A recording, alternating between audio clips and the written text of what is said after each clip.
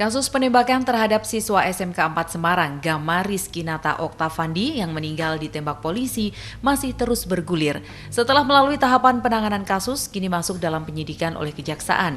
Dalam surat pemberitahuan dimulainya penyidikan atau SPDP, pelaku penembakan Aibda Robik Zainal dikenai pasal 80 Undang-Undang Nomor 35 Tahun 2014 tentang perlindungan anak dan pasal 337 KUHP tentang persekusi. Menanggapi hal ini, kuasa hukum korban Zainal Abidin Petir menyatakan kekecewaannya.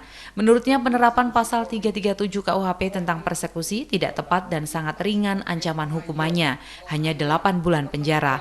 Pelaku penembakan yang menghilangkan nyawa korban harus dihukum sesuai dengan aturan hukum yang berlaku.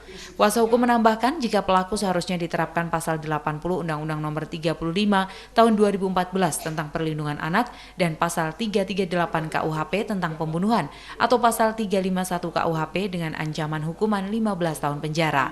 Hukuman pelaku akan ditambahkan sepertiga dari hasil vonis sidang karena diterapkan Undang-Undang Perlindungan Anak serta denda paling banyak 3 miliar rupiah. Ada pasal yang menurut saya ngawur itu.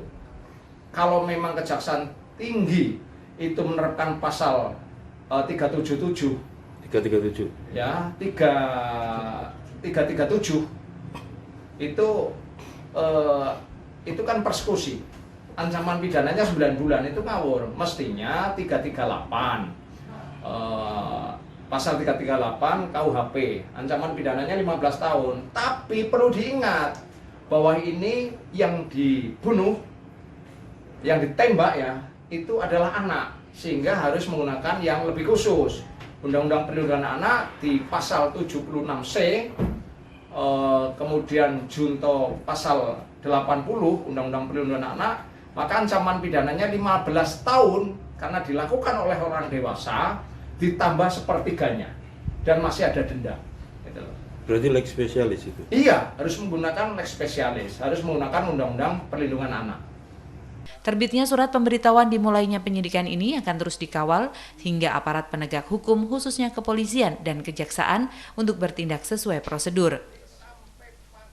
Lebih lanjut, pihak keluarga melalui kuasa hukum mendesak agar Kapolrestabes Semarang segera dicopot.